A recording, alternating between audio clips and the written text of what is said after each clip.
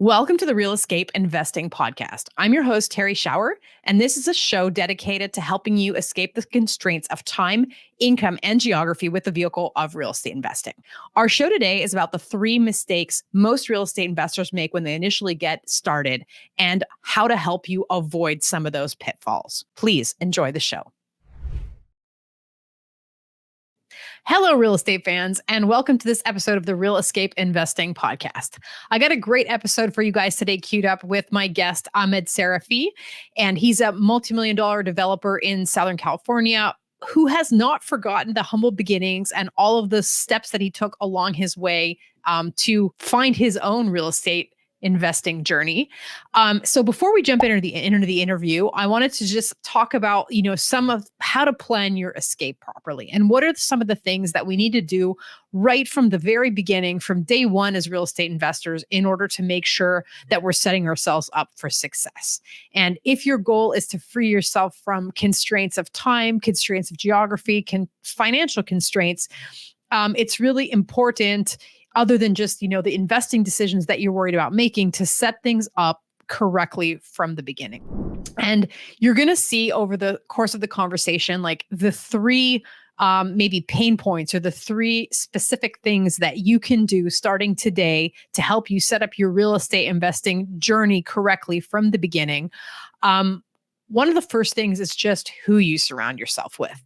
And I can't say enough how important it is from the very beginning, from the first day where you make a decision in your own mind, okay, I want to be a real estate investor, or I want to scale and go from being mom and pop sort of a dabbler to being somebody who does this as a full-time occupation or professionally.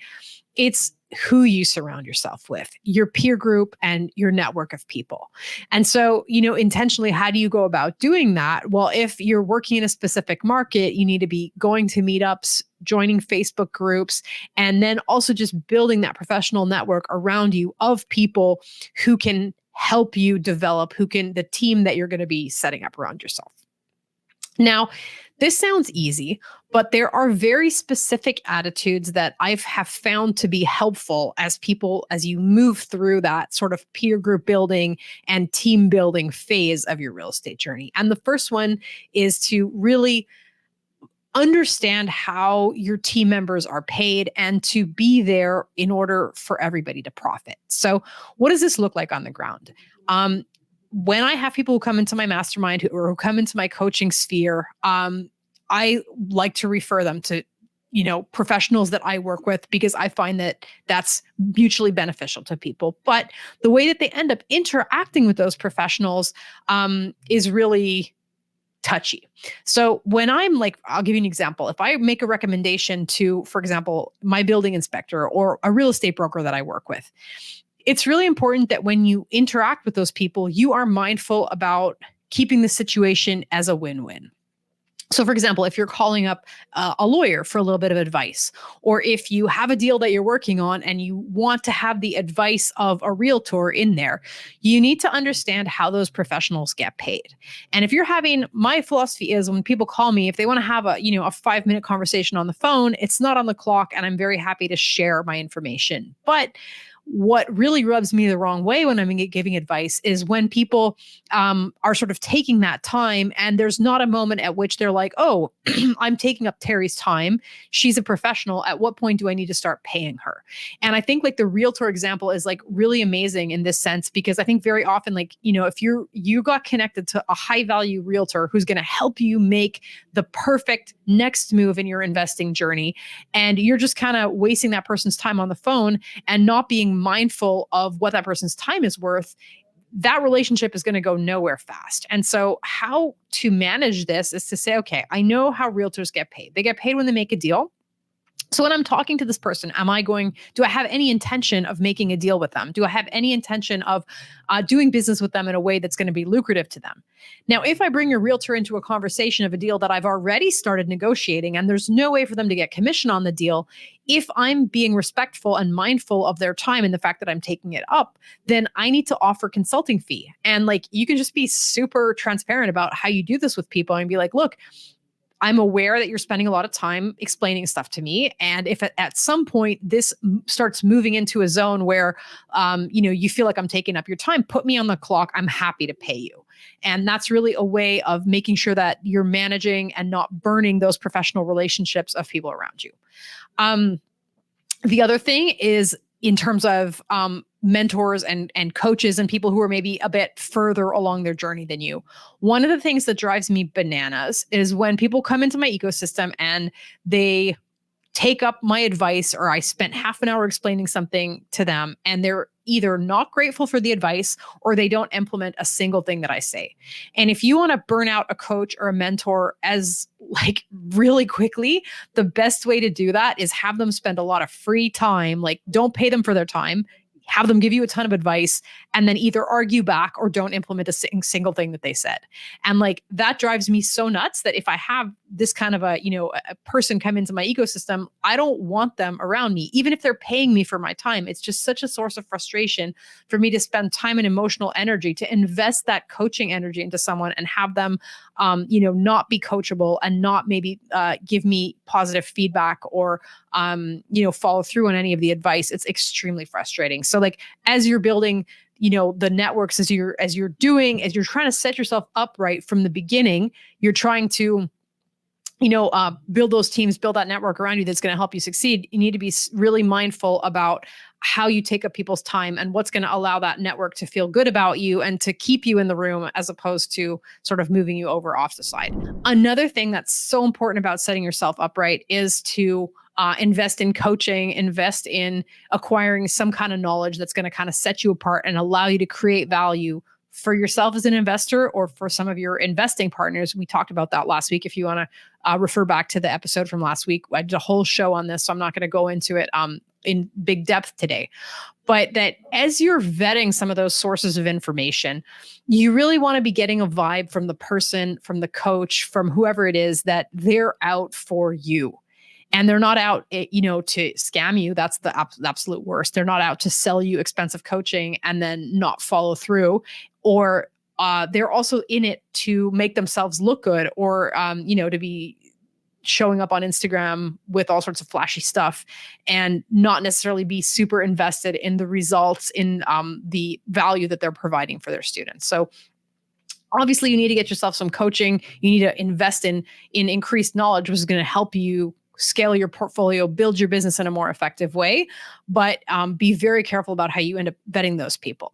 So without stealing any more thunder from the episode with Ahmed Sarafi that's coming up, let's just jump right into it. Have you really been listening to the episode, or has your monkey mind been taking you off in one direction or another? Our mental habits can be our biggest assets or our biggest liabilities as we pursue certain goals. For me, the biggest performance gains have always come from training my mind. In my book, Mindful Landlord, I talk about how you can train your mind and how you can apply some of these strategies to your journey in the real estate field. The book is available on Amazon and also on its website, mindfullandlord.com. And now I'll stop evangelizing for the power of mental training and let you get back to the show. Ahmed Sarafi is joining me today. Thanks so much for being on the show, Ahmed. Hey, Terrie, how are you doing? I'm great, thanks. So Ahmed is active in Southern California. He's a developer and an investor, real estate investor. And we're going to just have a real quick, great conversation today about getting started right. So, Ahmed will tell us a little bit. I think it's going to be my first question of just like, where are you in your journey? And when I read his bio, I was like, wow, this guy's like so far ahead on the journey. I can't imagine what he must have done to get there. And he said something that I absolutely loved, which was, it might look like I'm far ahead, but I still remember those first steps that I took. And my mission is to help people get those steps right. So Ahmed, why don't you just give people a little sense about like where you are, what you had to do to get there, and what they need to do right to not mess up their real escape journey. Yeah, for sure. So I've been in the full-time active commercial real estate business for the last 17 years, right? So the business was started in 2007 when we sold our business and started investing into multifamily. And that's where it all started. And now, 17 years later, I am actively developing in the process of land that I own that is going through the development and entitlement process right now of over $300 million worth of real estate projects, spanning from here in Southern California going all the way out to Dallas, Texas, and in between. So, building multifamily as well as small and medium sized industrial properties. And I'm also in the land entitlement and sale game as well. Okay. So, like I said at the beginning, it sounds like you're pretty far along your journey. And if you can like back the truck up to 17 years ago when you started Yeah. out in the industry, what does that look like? And what kind of things do you see people maybe doing wrong? And what kind of things might you wished you'd have done right? Or how could people avoid some of those pitfalls that are there at the beginning? I think the very first thing that someone needs to do when they want to get into the real estate business, whether they're investing, developing, they're a professional, they're a broker, they're a sales agent, they're a buyer's agent, whatever it may be in the real estate arena, you need to get with a group of people, get with a mentor, get with a collaboration of people that will direct you and guide you in the right way. I fortunately was a commercial real estate broker when I started investing 17 years ago. So I was automatically surrounded by a bunch of professionals and I was getting all the right information, right? Now, if you're not surrounding yourself with the right people from the very beginning and being intentional about weeding the right ones out, weeding the wrong ones out and keeping the right ones in, you're going to put yourself at a disadvantage, right? So from the very beginning, go out, analyze, interview people, go to meetups, create relationships, listen to what they have to say, have those conversations, but surround yourself with the right people. So if I, for example, Terrie, if I wanted to get into the real estate business up where you are in Canada, and I knew you, I'd be like, okay, Terrie, I want to get into the real estate business. I want to invest. I want to broker. I want to be a professional in this arena. Please guide me. Tell me where I should go, maybe some associations I should join, maybe go to some local meetups and meet the right people. But please show me the right path to get into this so I am not taking the missteps and surrounding myself with the wrong people, the kind of people who are going to take my money, the type of people who are going to scam me, the type of people who are so ego driven that they're going to give you the wrong information because they just want to hear themselves talk, right? So it's all about surrounding yourself with the right people from the very beginning. Yeah, I love that, and, you just touching on something that, I've been spending a lot of time thinking about, so it's you gotta get into the right rooms, you gotta get into the right relationships with the right people, but you also have to bring the right attitude and the right energy to those relationships because and I'm thinking of 2 very specific things, I'm gonna lay them out, and you're gonna tell me if you think that this resonates with you, but one aspect is you have to be there for mutual benefit, right? Like, I think we get the feeling very quickly in those meetups, in those networking environments, or even in business relationships when people are really out for themselves versus when they're out for mutual profit or to generate value. And I'm Right. thinking very specifically, like, I had a mastermind group. We actually just ran it at lunchtime today and we were talking about working with competent real estate brokers and like one of the guys in the group asked me for a like a reference to to one of my brokers that I work with, and it sounded to me like the deal he was referring to, like, it didn't sound immediately like the broker was gonna get paid. And so then I got worried and I'm like, all right, like I'm gonna give you my broker's reference. And this guy's gold. Like I love him. I run all my stuff through him, but I don't want you to waste his time. So Right. you got to be mindful of how is that person getting paid. And so don't just call them up and take up an hour of their time. Like either Right. be aware that either you got to do a deal with him or you got to be upfront and be like, look, I have a deal already. I want you to help me. Can I pay you a consulting fee? And Yes. what's a fair amount?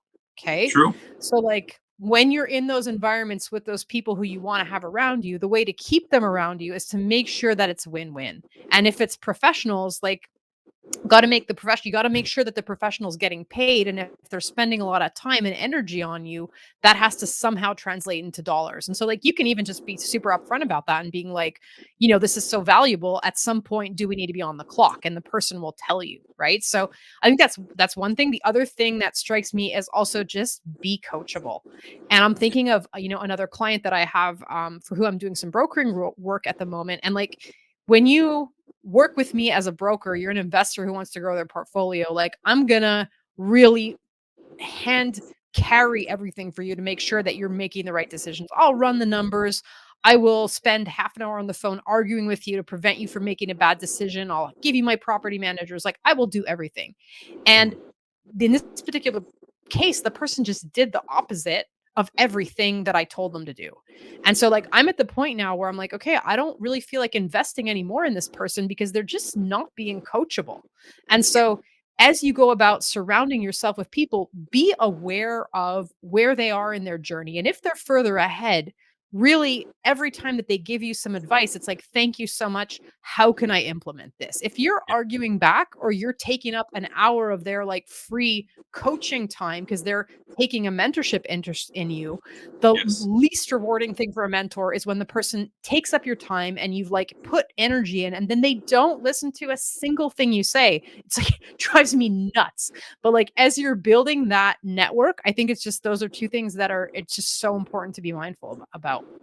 I agree 100% because there needs, like you said, there needs to be a win-win situation. And a lot of times, I spend between $50 and $100,000 a year on my mentorship programs and my coaching. Right, meaning I spend this money to be in a program, and I spend this much money to be coached. Right, because there are people out there who are, doing it better than I am, and I want to learn. So I also always want to bring value. So if you spend a little bit of money to join a program or to be in a group or in your mastermind, Terry, or even if it's for free, what value are you bringing to the other people? Even if you're new in the business, what are you bringing? Maybe you're a top-notch CPA or an accountant, or maybe you're in the trades and you have a carpentry or a framing business. Whatever it may be, what value are you bringing to people? Because if you are in an exchange and they're giving you information and guidance, what can you give them in exchange, right? Whether it's a referral, a relationship, or even a bit of information that will help their business, right? So always think of it as a two-way street, because a lot of these people will go in there and they will take, but they will never give. And people recognize that really fast, and they will be definitely sidelined and marginalized for the remainder of their career, because people know that all they do is take and they never give. Yeah, absolutely. And even if like the simplest thing is, even if in a particular interaction with someone, like not necessarily someone who you have like a super developed mentorship relationship with, but like if it's just, someone you spend 15 minutes talking to at a meetup and they share a piece of wisdom with you that, allows you to advance, or it's someone who's more advanced and they're spending that time, taking that time to help you along. The very minimum is to say, thank you for the feedback and like allow the person to feel a little bit of gratitude that they took the time to explain it to you. Cause like that 15 minutes, they could have spent giving that value to someone else and you were lucky enough that they gave it to you. So even if Yeah, there's no money changing hands, the very least you can do is to be grateful for the feedback and be coachable. right. 1,000%. Like, one of my mentors is the king of handwritten notes, right? And so we always handwrite notes. Thank you for your time. I appreciate it. Thank you for your purchase. Thank you for great meeting you. But just spend a few minutes, pay for that 75-cent stamp or 50-cent stamp, whatever it may be, and send them a quick little note, because that little note of just thanking somebody for their time and their effort goes so far, because no one else does it. No one Yeah. takes the time to do it. Yeah, totally agree. So you mentioned, getting around the right people as a step that is just really an accelerator on your path towards real estate investing success. What else? What other kinds of things should people watch out for when they're trying to take those initial plunges and set themselves up right from the beginning? It's also about educating yourself, right? So you're around the right people and you're learning. But I also want you to educate yourself on what you need to do to start making those right decisions, right? So YouTube University is amazing. Terry's Mastermind is amazing. There's all these places where you can actually go and learn. But not many people do it. A lot of people just think, I'm going to do it. I'm going to learn by osmosis. No, go put some time and effort into it. Go on YouTube, go to Terry's Mastermind, whatever it may be, join her mentorship and coaching course, and learn how to underwrite a property. Learn how to, have a sales script when you're working with buyers and sellers, right? Learn how to go and estimate and get 3 bids from a contractor for a renovation and learn what to say, what questions to ask, and what due diligence you need to do. All this information is available. Now you can compress time and pay someone to teach you that directly, like you, Terry, or you can, try and do it yourself, but go and educate yourself on where you're going, because if you're going to show up and try and just learn from osmosis or learn by doing it, you're going to get yourself into a lot of trouble. Take the time and do the homework. Yeah, I think that's really great advice, and I think this sort of ties into something else, which is really about building value. And if you guys haven't had a chance to check out that episode from last week, I highly encouraging you to do it. But if it's the interactions you're having with people, or if it's your investing journey for yourself, if you're investing for yourself or for your partners, if you're looking at partnering with people, the journey is about building value. And in order to build that value, you need to make decisions that are going to up the value of the properties, or that are going to allow you to close on properties in which you can make money in the buy. And the way to acquire that technical knowledge is exactly what Ahmed said. It's really YouTube University, it's Yep. books, um, it's maybe coaching that you can pay for, but like Mhm. acquiring that knowledge is just going to allow you to create value for yourself and for others in real estate investing. And if you, the more you know, the more that's going to be reflected in your bottom line. So I think that's really great advice. It Um, goes as that people are, real. yeah. I just want to add that goes back to a situation that I had when I was brokering. I was a commercial broker for many years. I was selling warehouses and office space here in Southern California. And I was dealing with someone new in the business who was not a commercial broker, but a residential broker. And they had a commercial client and they wanted to make an offer on a property that I had. And I'm like, okay, great. I'm glad you guys liked it. Great tour. And she's like, I'm like, send me an offer. And she's like, well, I don't know how to do that. Can you do that for me? I'm like, so you want me to do your work for you now, right?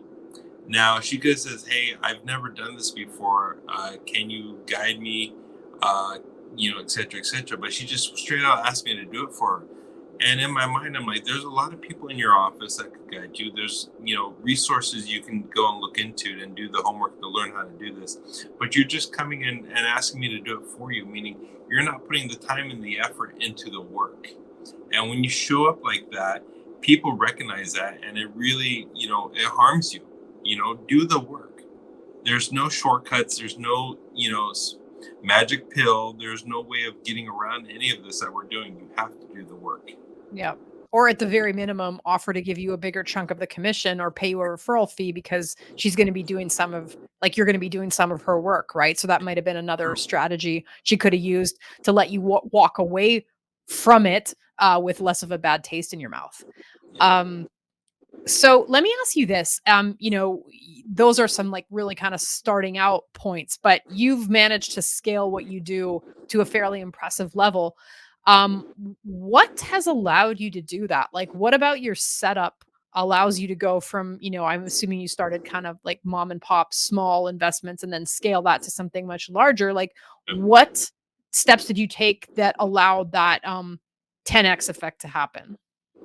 That 10x effect really kind of didn't go into play until like 6 or 7 years ago. And I was sitting down having lunch with a general contractor. I was doing some work for him. He was building a big $50 million project, and we became friends. We're having lunch, and he was the one that got me on my personal development journey, right? And we were having lunch, and he suggested to take a Clifton Strengths Finder test. Now, if you've never heard of it, you can go online, you can take a test. There's a few other ones like it. And he's like, go take your Strengths Finder test. I'm like, what is that? He's like, just go take the test and come back to me. So I went home, I took the test, it was like 30 minutes.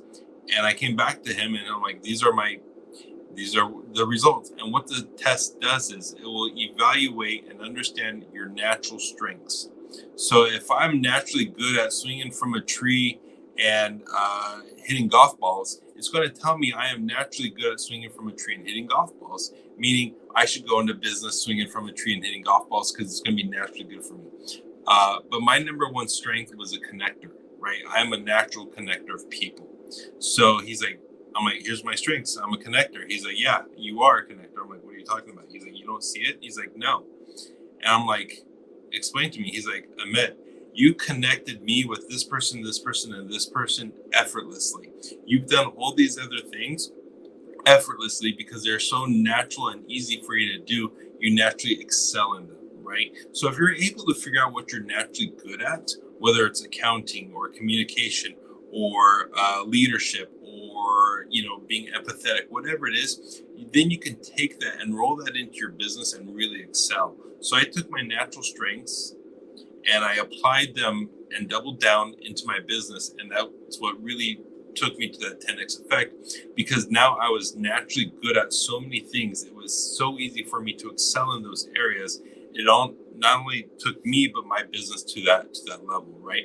And then I also realized what I'm not good at, and I stopped trying to do it and stopped trying to force it. And then I had other people who are naturally good at it do it for me, right? So it's like, don't fight the tide, right? Don't try and swim upstream. Find what you're naturally good at, apply it to your business, and watch yourself grow exponentially, effortlessly, because to you, it's going to be like breathing. It's going to be so easy. It's going to come to you naturally, and you're just going to excel in it, right? Now, if you try and fight those things that you're not good at, it's just going to take time, waste time, and set you back. Man, that's so fascinating. Like as you were talking, I just had the thoughts of like some of my students pop into my head of thinking, it's like as if I'm able to see what their superpower is, but it's like they don't see it. And Yeah, if they were able to see that and then leverage that and stop trying to, put a square peg into a round hole with something right. that they're maybe less good at. Like I have, multiple people around me who I'm like, you just need to hire an admin Yeah, to take that burden of bookkeeping and billing and like all of that administrative stuff. Like you're not good at that. Stop doing it. Hire yeah. someone. And then, there's like the struggle of they don't want to spend the money or they're not comfortable delegating. But like I think that's really good advice. And like I'm curious, how did you then do your setup, right? Because like I can imagine taking this test and, like I have certain capacities that I think I'm good at explaining stuff. Right. I'm good at educating. I'm good at making things simple for people. I'm good at systematizing. But how do I then build a business or build a real estate investing practice around my strengths? Because it's one thing to know what they are, it's another thing to be like, okay, how am I going to set up my business or my professional activities so that I'm only playing to my strengths? Because I don't think that's immediately evident to people. It is not. No. Now, real estate is such a wide business, right? There's so many avenues in real estate you can get into. You can get into investing, developing, contracting, escrow, title, sales, leasing, consulting, financing, mortgage, brokers, all this type of stuff, right? There's so many avenues you can go down in real estate, right? So when you first got to pick a lane that you like, pick a lane that you enjoy doing, right? Because if you're going to try and fight the tide, like I was telling you, you're not going to make progress. So like me going into financing and underwriting, can I do it? Yes. Am I good at it? I'm fairly good at it. But to me, it's not my strong suit, right? I'm not going to force myself down that. I'm going to go down a lane that I enjoy. And I enjoy investing and developing, right? Because I learned from a very young age and I was able to understand and recognize that I'm really good at taking a lot of pieces and putting them together to have a final product, right? Whether it's putting an engine back together in my garage, ripping it apart and putting it back together and rebuilding a car, or finding a good piece of dirt and finding all the bits and pieces I need to take that from a piece of dirt to an actual development. I realize I have a strength in putting things together and I really enjoy that, right? So it's all about, going back to that strength and doubling down on it and picking a lane in real estate and then finding the best way of getting there. So now that I'm developing, I know I'm good at finding land. I know that I'm good at finding the individuals and putting it together, right? Or the different pieces to make that work. But then it's also about what do I need to support that? And that comes with coaching. My coach, Kent Clothier, is amazing at growing and scaling a business. He is showing me things and pointing things out to me in my business that I'm lacking, right? And I didn't even know I was lacking. I was lacking the support. I was lacking the infrastructure. So it's really about, okay, finding a lane, enjoying the process, but also going and getting professional help or talking to people to help you say, hey, you may not see this, but I do. You may not see this, but you are very light on the infrastructure. Your accounting and your financing is really poor. You really need some help with that. I suggest you go out and find that help, right? So it goes back to about, surrounding yourself with the right people, getting a coach, and then being open, like you said, Terrie, to being coachable. So building a team and building an infrastructure, maybe some people are naturally good at it, right? I recognize I am not. So having a coach and having someone around me, or having people around me to point these out to me, was really helpful. So we go back to, like you said, Terrie, being coachable, right? Being able to take advice and implementing it. Because you said you give people advice, you don't even implement it, right? Well, why would you not implement advice from an industry veteran who's done $1 billion in transactions? Of course, I'm going to take your advice. So if they tell me, hey, your business is lacking the infrastructure and you need to hire a project manager, you need to hire an outside bookkeeper to keep your numbers straight, you need to go and have a twice annual financial checkup with your CPA, right? These are things that I did not see, but it was because of hiring a coach or having these people around me, and they were able to see the inefficiencies in my business and pointing them out to me, that I was able to go back and then create that structure that I needed. Now I have a great CPA that I talk to twice a year. Now I have people that I've hired to supplement the things that I was, not attending to correctly. Now I have people around me or in my company that are able to handle things that I am unable to handle because they're good at it and I am not, right? So it's all about, like you said, being coachable, being open to suggestion, and then taking advice from the people who have done it better than you have. And who have that perspective, like I like the analogy of like being a bit higher up on the mountain, right? Like the lower you are on the mountain, the less ability you have to see the horizon and to get that perspective that you sometimes need. And, somebody else who might have been climbed a little bit higher than you, they might see stuff that you don't see because from their vantage point, it's easier to look down and be like, yeah, when I was climbing here, there's this specific pitfall to watch out for, or like Yeah. I can see that the path that you're going down is maybe not the right path. So why don't you like back up 2 meters and then come up the other side, right? Like it's really a question of when you're in contact with people who are further ahead than you of getting that perspective. It's So it's seeing Ahmed, seeing the yeah, forest through the trees. You know what I mean? yeah. If you're straight up and have a tree right in front of you and you think you're doing good, you're missing everything else beyond it. And that's why you need people around you to supplement and support you.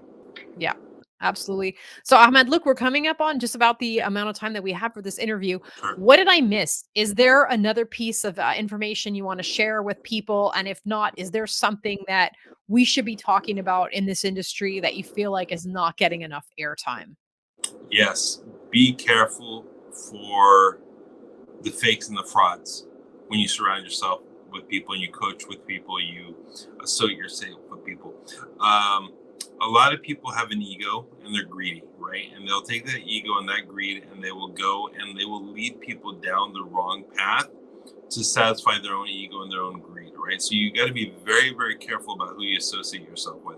If you're associating yourself with someone who talks a big game and has a huge social media and a lot of following and a lot of hype and a lot of fanfare and some fancy cars and some fancy watches and some fancy friends, be careful, because you need to also confirm and understand, are they actually practicing what they preach, right?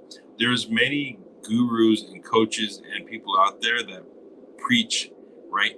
But when I look into them, I can't find anything about their business. Show me your investments. Show me your wins. Show me your losses. Show me your testimonials.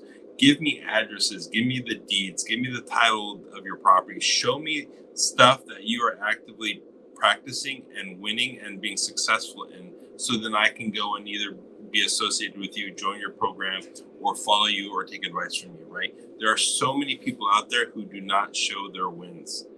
And a lot of people say, well, that's being boisterous and bragful. I'm like, well, if I'm not showing you my wins, how am I showing you that what you need to do? How am I showing you how to win? How am I showing you how to get there? How am I showing you what steps to take? I have to show you the wins in order to show you this is the path that I took and this is why I'm successful, versus me just talking about it and not showing you anything. So always, always, always do your homework that we talked about earlier, and make sure the people you're associating with and the people you are following and the people you're being coached by are showing their wins. Because if they're not showing you their wins, Yeah. they're not winning. I think that's really, really great advice. And I want to just add to it a little bit. Again, I was having a conversation with my business partner in our coaching business. And, we were talking about like what, let's say, our business does a little bit different from other people. And, one of my pet peeves in the industry with a lot of the coaches and the gurus and, the insta famous people on with the jets and the bling is I feel like a lot of people who are up on stage or who are broadcasting from the social media pulpit, like they're in a sense doing it to make themselves look good or to stroke their own egos. And maybe this is a bit more subtle than what you're talking about. It's not deliberately scamming necessarily, but like someone who is coaching, they need to be out for you. They're not Yeah. like, obviously you help someone, it makes you feel good. Like that's why I like to coach because it makes me feel good.